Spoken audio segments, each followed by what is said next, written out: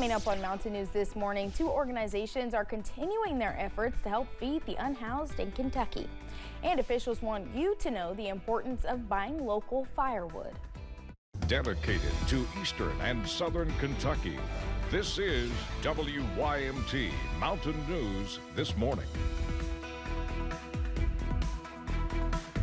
Happy Veterans Day and good morning. I'm Madison Carmouche. We are at that 5:30 mark this Monday morning, and today is November 11th.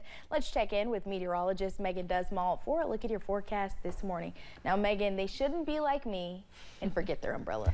You should not forget your umbrella this morning unless you're staying in past the time that the rain leaves. Then you might not need it. But for most people who are heading out within the next couple hours, it's probably smart to grab that or a raincoat this morning. Looking at satellite and radar, you can see these rain move through the area, mostly in that more southeastern portion as of right now, and it will continue to push through, hopefully clearing out by that lunchtime hour. And as we look at those current temperatures, you can see nice, warmer than average temperatures. We're looking in the upper 50s and low 60s this morning, and we will continue to be warming up throughout the next couple hours. Our forecast highs for your Monday will be in the mid to upper 60s, with some places seeing that 70-degree mark being hit. Harlan, Jonesville, Middlesboro, and Jacksboro, 71 degrees for your highs. And as you're going through the next couple of hours, you can see those temperatures will slowly be getting warmer, with those clouds starting to peak out by that 2 p.m. hour.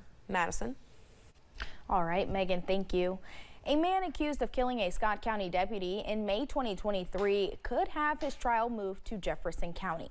Stephen Shang is accused of shooting and killing Deputy Caleb Conley during a traffic stop. In court last week, Shang's attorney argued he won't be able to get a fair trial in Scott County and suggested the trial be moved to Jefferson County because of the larger population.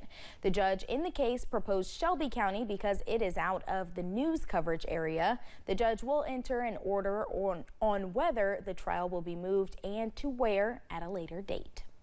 State police are investigating a deadly situation where a man reportedly overdosed in Clay County. 49-year-old Sean Gibson of Oneida was arrested in connection to an active warrant during a traffic stop on Highway 66. While in the midst of the traffic stop, Gibson died after reportedly ingesting drugs, which resulted in him overdosing. Gibson was taken to a hospital in Manchester, where he later was pronounced dead by the Clay County coroner. There was a house fire in Powell County, according to our sister station. County Judge Executive Eddie Barnes says flames broke out at a two-story home on Cottle Road in Stanton Friday morning. He says 3 of the county's fire departments were on scene. One firefighter was hurt and was taken to the hospital, but is expected to be okay. The owners were not home at the time of the fire. Organizations in the Pike County community are working to give back to those in need, watching needs increase as the temperatures decrease.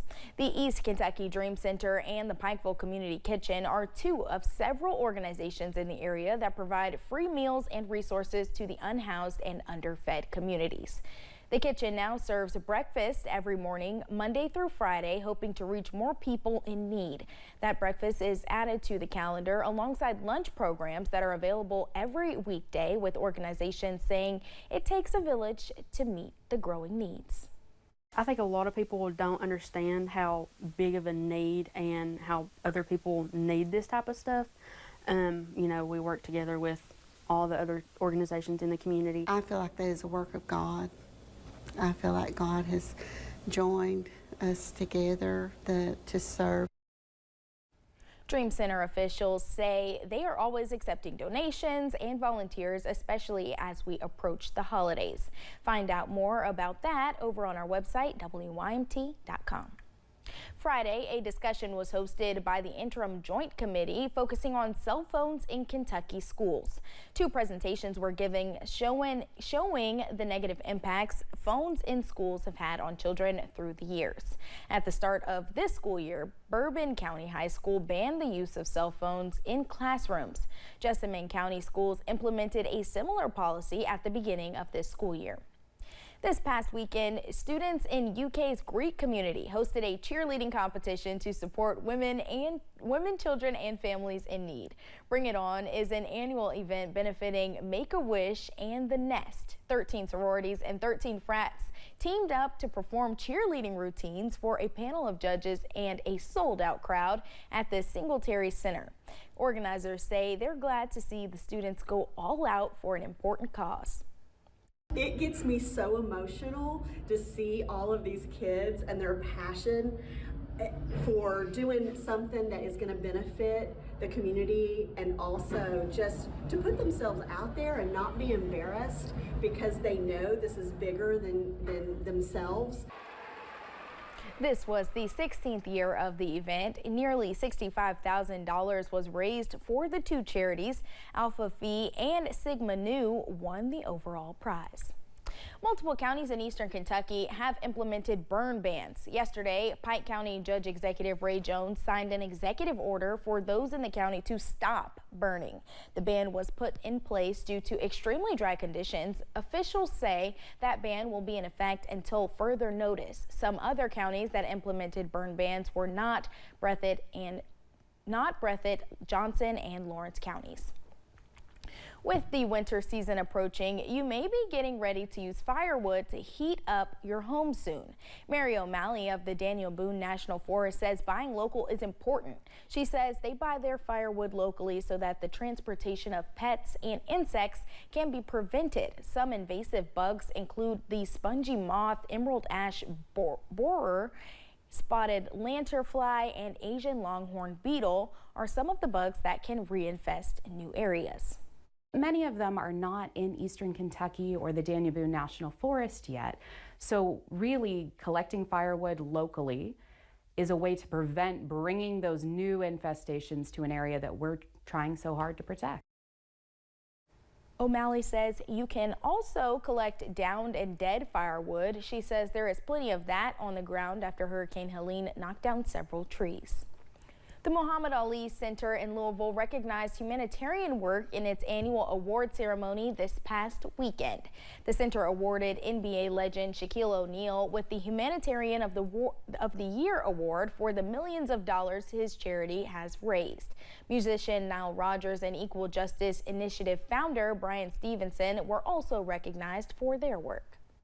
Very important thing that we have this here in Louisville, because this is a building and an organization that represents Muhammad Ali, who's one of the most important and meaningful, transformative people in history. And the fact that it's in Louisville is a really amazing thing for our city.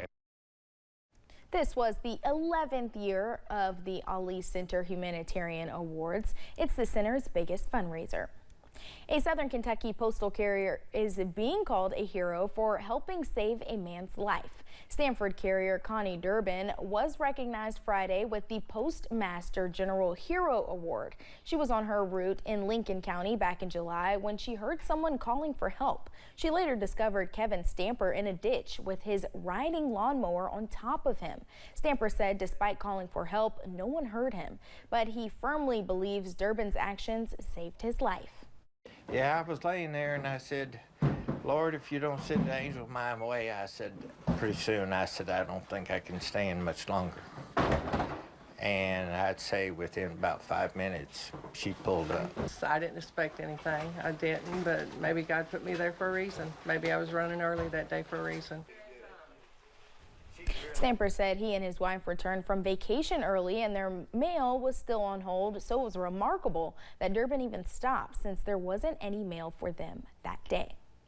Just ahead, Microsoft Paint is stepping up its game as the company updates the software to include more AI features. And we have some rain this morning. I'll be tracking it and this week's chances in just a couple of minutes.